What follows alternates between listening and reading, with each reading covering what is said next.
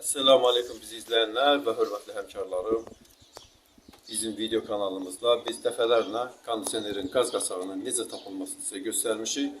Bugünkü unikal bir hadisə olduğuna görə biz yenidən onu çəkmək qərarına gəldik. Deməli, kondisionerdə qış rejimində böyük ehtimalla belə bir primiçka adlandırdığımız bir şey qoyublar ki, deməli, 4 yollu dayanmadan işləsin. Böyük ehtimalla usta çox da profesional usta olmayıb. Nəticədə hər tərəfi buz bağlayıb və buz bağlayandan sonra kondisionerin köl hissəsinin, ventilatorunun pəri qırılır və qırılan vaxtı, indi biz operatorumuzdan xahiş edəcəyik, qırılan vaxtı burada olan deməli ki, kalaçın birinə dəyib və burada bir deşik açılmışdır. Müştəri əlbəttə ki, bundan sonra gedər təzəsini alıb, gedib təzəsini alıb. Amma bu kömək eləməz, çünki yəni, söhbət ondan gedir ki, artıq burada qaz qasağı varsa, demək ki, bir problem var. İndi burada deməli, biz dəfələrlə qeyd etmişik ki, 410 qazında olan yağ, sintetik yağ olduğuna görə, orada deməli, həmən yağ suyu özünə utduğuna görə, burada suyun kompresorun içərisində girmə hadisəsi ola bilir. Biz onu bilmirik. Biz yalnız içərisinə qazı vurub, onu yoxladıqdan sonra bilə biləcəyik. Çünki müştəridən soruşduq, müştəri dedi ki, yəni biz kondisioner işləmədikdə biz onu işlətməmişik. İşlətmədiyini dediyinə görə də biz əlbəttə ki, müştərinin sözünə inandıq. İndi isə inşallah biz qazı vurandan sonra onun necə işləyib işləməməyini baxacaq. Amma burada başqa bir maraqlı məqam da var. Kondisioner bu divarda qoyulmaq əvəzinə göründüyü kimi bu divarda qoyulmalı idi və rahat da olacaqdı. Müştəri deməyinə baxmayaraq, deməli, müştəri xahiş eləməyinə baxmayaraq, usta yəni deyib ki, bizim nədvanımız yoxdur, bu səbəbdən biz ora qoya bilmirik və s. və ilax. Halbuki kondisionerin ora qoyulması daha uyğun idi. İndi demək biz vakumlama əməliyyatına başlayacaq. Deməli, vakumlama əməliyyatı üçün bu cihazda belə bir şey nəzərdə tutulub. Göründüyü kimi 0 basılır, bu bağlanılır. Deməli, vakum işə salınır.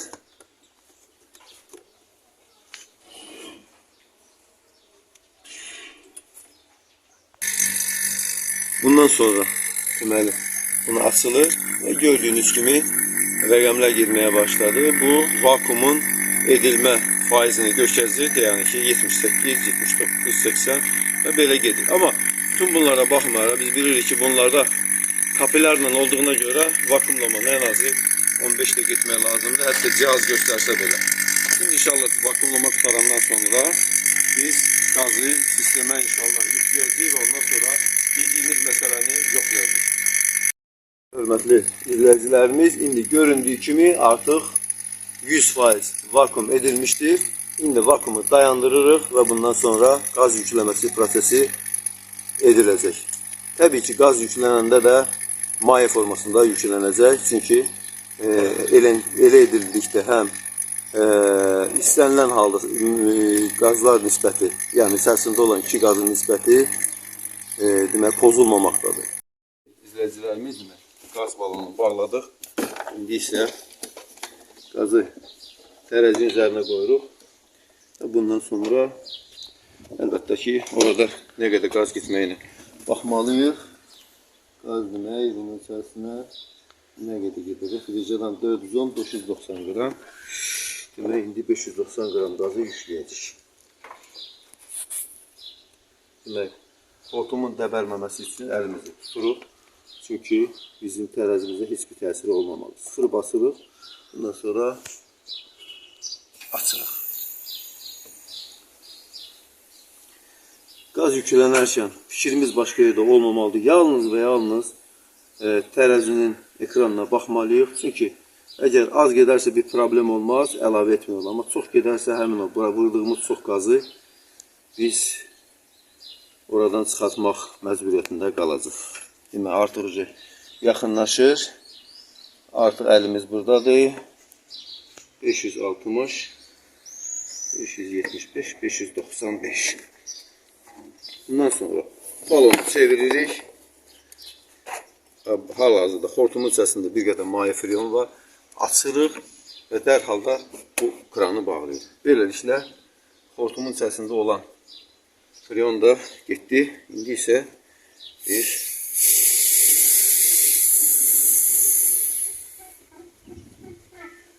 işlədirik. Hörmətli tamaşaçılar, deməli biz manometri qoşmuşuq. Göründüyü kimi manometrlə birlikdə manometrin termometri də qoşulur. İndi biz manometrin göstəricilərinə nəzər yetiririk. Bu göstəricilərdə nələr var? 1. Burada demək göstərir ki, hansı tərcihdə freon qayıdır. 8,17 bar. Bu tərcihdə bizim 410 freonumuz göründüyü kimi 410'un A'sı da var, B'si de var ama bu A oldu. Biz istifadə etdiyimiz 410A'dır və onun da qaynama temperaturu hal-hazırda 4,2'dir. Yəni freon hal-hazırda kondisionerin içərisində 4,3 dərəcə Selsidə qaynayır. Eyni zamanda bizim borumuz, qayıdış borumuzun temperaturu da bu temperaturdan təxminən 4 dərəcə yuxarı olmalıdır.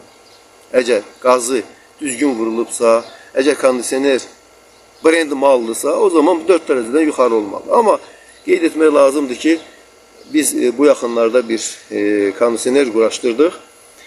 Demək, kondisioner Midea kondisioneri idi. Biz orada bu rəqəmi 1,5 gördük. Yəni bu önemli məsələdir, amma brend kondisionerlərinə aiddir. Yəni hal-hazırda bizim gördüyümüz burada 3,2 Kelvin fərq görürük. Amma kondisioner ideal vəziyyətdə işləyir. İndi inşallah biz içəridə delta T'ni də yoxlayacağıq və bundan sonra kondisionerin yaxşı işləyib işləməməyi tam şəkildə aydınlaşacaq. Bəli, hörmətli izləyicilərimiz, kondisioner artıq təxminən 15 dəqiqədə işlədir. Biz təbii ki termometrimizi qoyduq və nə görürük? 9,8 çıxır, 24,3 girir. Bu da təxminən 14,4 dərəcə delta T'dir. Biz də demişdik ki, bir kondisionerin düzgün işləyib işləməməsini bu üsulla da bilmək mümkündür və görünən o ki, bu kondisioner hal-hazırda yaxşı işləyir və zərər görməyib.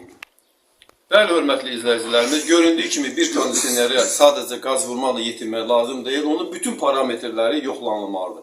Çünki müştəri sizi evinə çağırıbsa, bizi usta bilib, ən azı bir də ağır sözlə deyək, bizi adam bilib, bizi evinə çağırmış müştəriyə biz də insan kimi yaxınlaşmalıyıq. Yoxsa gəlib müxtəlif fırıldaqlar etmək lazım deyil. Yəni, kondisionerdə nə varsa, onu çatdırmaq lazımdır müştəriyə. Bundan sonra, əgər müştəri razı olarsa, ondan sonra siz o işi edirsiniz. Biz işə başlamamışdan qabaq müştərini məlumatlandırdıq ki, bu kondisionerdə bu kimi problemlər ola bilər. Yəni, sistem açıq qaldığına görə yağ zərər görə bilər, kompresor zərər görə bilər. Amma əlhamdülillah ki, bu hadisə olmadı və biz də həqiqətən də sevindik. Müştəri üçün də sevindik, özümüz üçün də təbii ki sevindik. Çünki elədiyimiz əməyimiz boşa getmədi.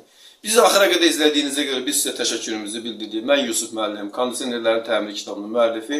Bu kitabı əldə etmək istəyənlər lütfən bizə müraciət etsinlər. Biz də inşallah PDF formatında onu sizə göndərərik. Əssəlamu aleykum və rəhmətullahi və bərəkatuhu.